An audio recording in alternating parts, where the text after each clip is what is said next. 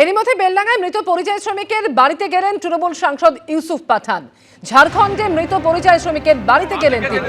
মৃতের পরিবারের পাশে থাকার আশ্বাস দিয়েছেন ইউসুফ পাঠান। বেলডাঙ্গার বিধায়ক এবং দলীয় নেতৃত্বকে সঙ্গে নিয়ে ওই পরিযায়ী শ্রমিকের বাড়িতে পৌঁছে যান তিনি। কথা বলেন তার পরিবারের সদস্যদের সঙ্গে।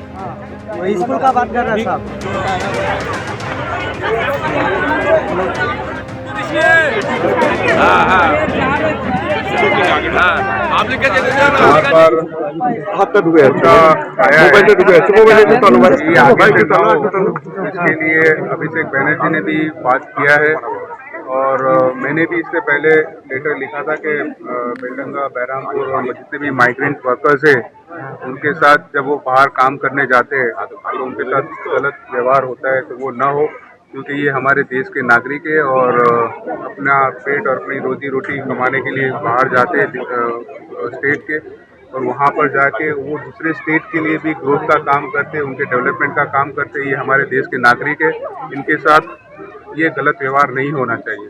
मैं हमेशा से यहाँ पे हूँ और हमारे जो रिप्रेजेंटेटिव है, हमारे एमएलएज है, वो हमेशा ग्राउंड पे काम करते हैं और हमेशा ग्राउंड पे रहते हैं और सब एक साथ मिलके काम करते हैं। अपने चुनाव में बार बार ऐसे होता है, अब क्यों नहीं आते हैं? अपना लोकसभा में क्यों नहीं आता है?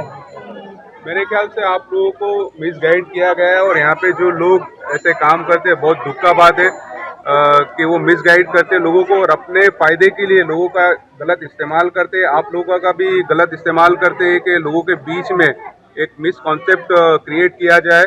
मैं यहीं पे हूँ और यहाँ के डेवलपमेंट के लिए हमेशा आगे हूँ, हमेशा काम करता रहता हूँ। বেলডাঙ্গায় যে অশান্তি হয় সেই ছবি আপনাদের দেখালাম। অশান্তি থামার পর মৃত ওই পরিযায়ী শ্রমিকের বাড়িতে গেলেন তৃণমূল সাংসদ ইউসুফ পাঠান।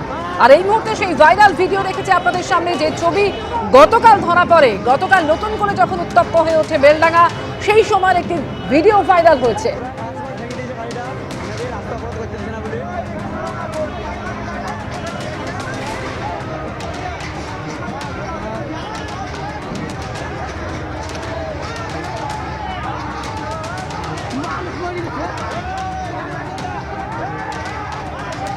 বেলডাঙ্গা যা চলছে মুর্শিদাবাদের পুরনো ঘটনাগুলোকে মনে করাচ্ছে। বাস স্ট্যান্ড পুড়িয়ে দেওয়া, ভাঙাভাঙি করা, একাধিকবার লুটপাট হয়েছে, ঠিক একই জিনিস চলছে।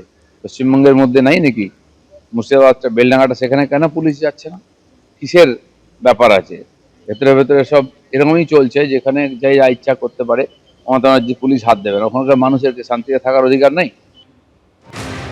ঝাড়খণ্ডে পরিযায়ী শ্রমিকের রহস্য মৃত্যু এবং খুনের অভিযোগে গত শুক্রবার রণক্ষেত্রের চেহারা নেয় বেলডাঙ্গা, যেখানে দফায় দফায় পথ অবরোধ করা হয়, টায়ার জ্বালিয়ে রাস্তায় বিক্ষোভ দেখানো হয়, অবরোধ করা হয়, এমনকি ট্রেন দীর্ঘক্ষণ বন্ধ রাখা হয়।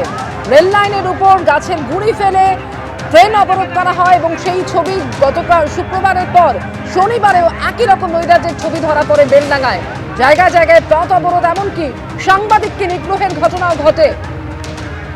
শুক্রবারের পর শনিবার নৈরাজ্যের ছবি এবং এখনো পর্যন্ত অশান্তির ঘটনায় মোট ২৬ জনকে গ্রেফতার করা হয়েছে এবং সাংবাদিক নিগ্রহে ৪ জনকে গ্রেফতার করা হয়েছে। মূল অভিযোগ যার বিরুদ্ধে, সেই মতিউর রহমান, তাকেও পুলিশ গ্রেফতার করেছে।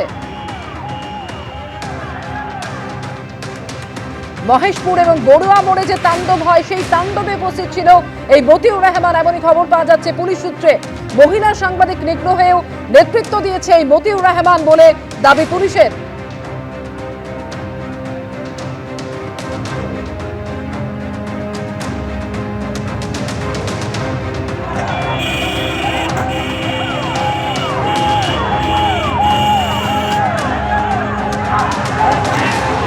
এবিপি আনন্দ, এগিয়ে থাকে, এগিয়ে রাখে।